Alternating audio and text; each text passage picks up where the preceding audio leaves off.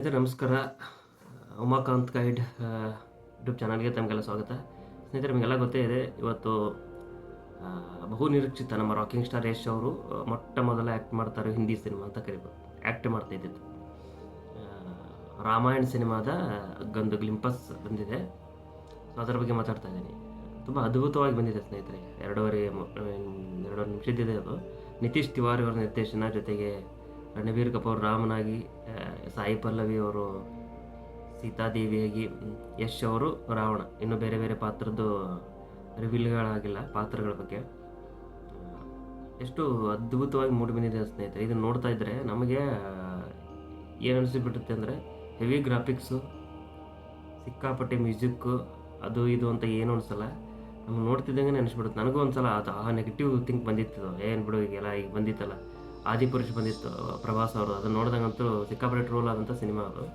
So ಆ ಥರ ಏನೂ ಅನಿಸ್ತಿಲ್ಲ. ಎಷ್ಟು ಅದ್ಭುತವಾಗಿ ರಾಮನ ಪಾತ್ರಕ್ಕೆ ಹೊಂದಾಣಿಕೆ ಆಗಿದ್ದಾರೆ ರಣಬೀರ್ ಕಪೂರ್ ಅವರು. ಅಂದರೆ ತುಂಬ ಅದ್ಭುತ. ಕೊನೆಗೆ ಅದು ಬರ್ತಾರೆ ಅವರು ವೇಷದಲ್ಲಿ ಕಿರೀಟ ಹಾಕೊಂಬರೋದು, ಮತ್ತು ಅಯೋಧ್ಯೆ ತೋರಿಸೋದಾಗಿರ್ಬೋದು, ತುಂಬ ಚೆನ್ನಾಗಿ ಬಂದಿದೆ. ಯಾವುದೇ ಒಂದು ಗ್ರಾಫಿಕ್ಸ್ ವರ್ಕ್ ಆಗಿರ್ಬೋದು, ಬ್ಯಾಕ್ಗ್ರೌಂಡ್ ಮ್ಯೂಸಿಕ್ ಆಗಿರ್ಬೋದು, ಸಿಲ್ಲಿ ಅನಿಸಲ್ಲ. ಇದು ಬೇಕಾಗಿದ್ದಿದ್ದೆಲ್ಲ ಇದು ಸುಮ್ಮನೆ ಮಾಡಿದ್ದಾರೆ ಅಂತ ಅನಿಸಲ್ಲ. ತುಂಬ ನೋಡಬೇಕು ಅಂತ ಅನಿಸುತ್ತೆ.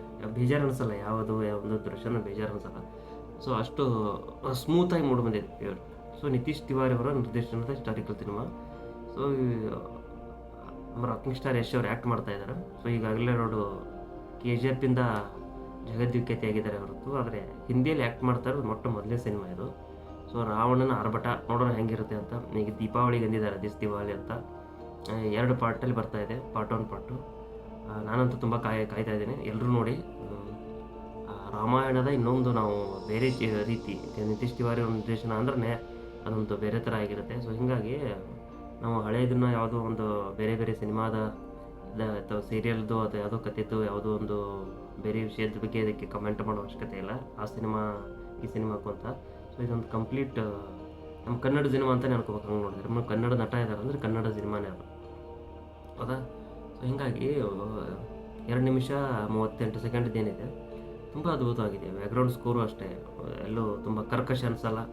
ಗ್ರಾಫಿಕ್ಸ್, ಈಗ ನಮ್ಗೆ ಗ್ರಾಫಿಕ್ಸಿಂದಾನೇ ತುಂಬ ಬೋರ್ ಆಗ್ತವೆ. ಈಗ ಹಿಸ್ಟಾರಿಕಲ್ ಸಿನಿಮಾ ಆಗಿರ್ಬೋದು, ಯಾವುದೇ ಆಗಿರ್ಬೋದು, ಗ್ರಾಫಿಕ್ಸಿಂದಾನೇ ಮೇನ್ ಸಿಕ್ಕಾಪಟ್ಟೆ ಬೇಜಾರಾಗೋದು. ಇದರಲ್ಲಿ ಗ್ರಾಫಿಕ್ಸು ಕೂಡ ಅಷ್ಟೊಂದೇನು ವರ್ಸ್ಟ್ ಅನಿಸಿಲ್ಲ.